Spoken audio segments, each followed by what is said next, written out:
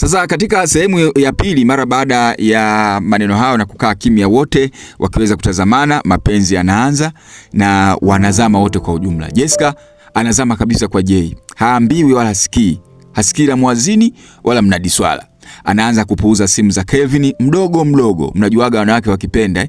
Jay anaanza kuona hali imekuwa kubwa kuliko alipotarajia. Jay lengo lake lilikuwa tu raha, uroda. Lakini anaona kwamba mambo yamekuwa mazito na hatimaye mahaba yanakuwa mengi. Sasa Jessica anamwambia Jay ya kwamba mimi nataka tuwe wazi.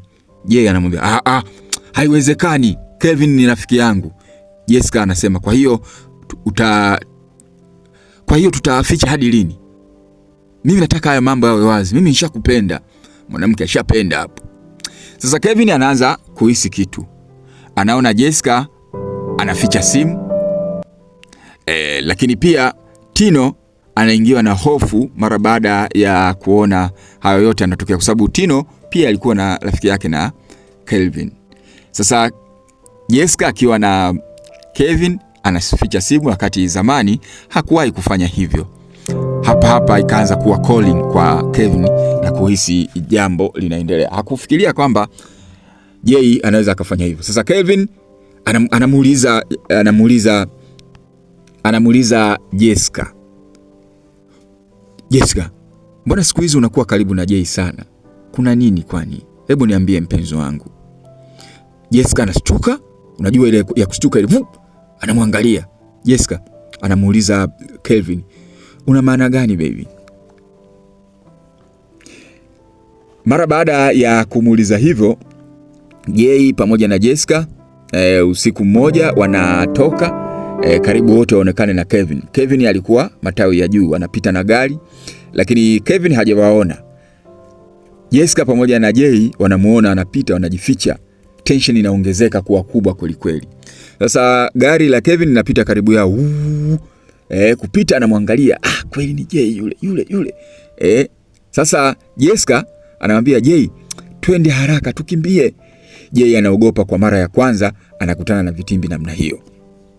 Sasa Jay kwa sababu ni muoga anaanza kuchanganyikiwa. Anajiuliza mwenyewe moyoni na kusema, mwanzo nilitaka starehe tu, lakini sasa hata nikimuona Kelvin akiwa na Jessica naumia, sijui kwa nini. Jessica anasema ni kwamba sasa tuweke wazi, Jay nakupenda. Jay anakosa maneno ya kumwambia, na unajuaga sisi wanaume tukiambiwaga maneno hayo huwa tunakuwa noma kweli. Sasa Kelvin anaanza kufuatilia nyendo za Jay pamoja na Jessica.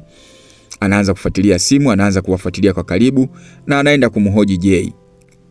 Kelvin anamuuliza, bro, ukiniambia ukweli sitokuchukia. Jay anaonekana kutetemeka. Jay anamuuliza Kelvin kuhusiana na nini. Kelvin anawakuta pamoja. Haya, baada ya hapo Kelvin anaondoka kwa hasira. Japo hajajua kabisa, lakini anaona kabisa kwamba kuna jambo linaendelea. Lakini siku moja katika pitapita zake na uchunguzi wake, Kelvin anawakuta pamoja Jay pamoja na Jessica. Amewakutaje? Anamuona Jessica akitoka kwa Jay. Anamuona kwa macho yake Jessica akitoka nyumbani kwa Jay, na wakati ameenda hakumwambia kama ameenda huko. Ingekuwa wewe ungefanyaje?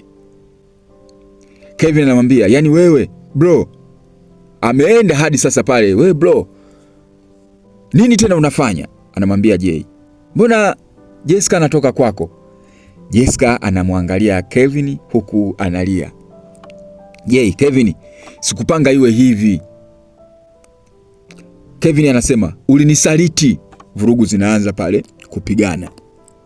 Kelvin anaanza kupigana na Jay, lakini Jay hamrushi ngumi wala nini. Anamwacha tu ampige kwa sababu ameona amefanya makosa aliyofanya ni makubwa. Sasa Kelvin, wakati baada ya kupigana pale na hatimaye Kelvin anaondoka kwa uchungu, huku Jessica anataka kuwa na Jay wazi. Anamwambia, bwana mwacha aende. Unajua wanawake wakiamuaga, mwacha aende, mimi nabaki na wewe. Kwani kuna nini? Na nitakuzalia. Huku maneno haya anaongea Wakati huo Kevin anasikia huko anaondoka, yanamchoma kweli kweli. Kevin anaingia kwenye gari lake, anafunga mlango ile huku anaondoka. Sasa Jessica anamwambia sasa hakuna cha kuficha tena, ameshatuona na mimi nabakia kwako. Lakini Jay anabaki kimya, huku akiwa haoni kile ambacho cha kufanya ni nini. Jay anasema mimi nilitaka furaha ya muda mfupi, lakini nikampoteza rafiki yangu wa kweli. Jessica anaingia ndani. Jessica anamwambia Jay, utanikubali au utanikwepa tena? Jay anamwangalia kwa huzuni. Jay anakaa peke yake mle ndani, simu yake ikiwa anaifungua na ikionyesha kwamba amekuwa blocked na Kelvin. Jay anasema kuna mapenzi yanakuacha na raha sana, lakini kuna mapenzi mengine yanakuacha na karaha na majeraha. Sasa mama yake Jessica siku moja akaenda. Mama yake na Jessica aligundua mchezo mzima. Anakuja kumwambia Jessica, Jessica, nilikwambia tamaa, acha tamaa mwanangu. Haya mambo yapo, baki na mtu mmoja. Mbona Kevin ni mtu safi sana? Unatema bigiji kwa karanga za kuonjeshwa. Acha tamaa mwanangu, haya ni maisha tu. Basi Jessica anakaa chini na hatimaye analia, hajui aanzie wapi. Kumwomba msamaha Kevin hawezi, lakini pia anapokea ujumbe mzito sana kutoka kwa Jay ukisomeka namna hii: kuanzia leo mimi na wewe basi. Mimi mwenzako nilitaka raha tu, raha zako ndizo ambazo zilikuwa zinanifanya niwe na wewe. Kwa kweli unajua sana mapenzi, sikuwahi kuwa na mpenzi kama wewe. Ulinifanya nihisi dunia yote yangu kwa penzi ambalo unipa ile siku ya kwanza. Sikuwahi kufanyiwa vile. Nitakukumbuka daima, lakini kuendelea na mapenzi na wewe haitowezekana tena. Jessica analia, anapiga mayowe na hakuna cha kufanya tena. Hii inatufundisha nini? Hii inatufundisha tusiwe na tamaa. Tusiwe na tamaa. Tuwe na mapenzi ya kweli kwa wapenzi wetu, na hatimaye tutakuwa katika sehemu nzuri kweli kweli.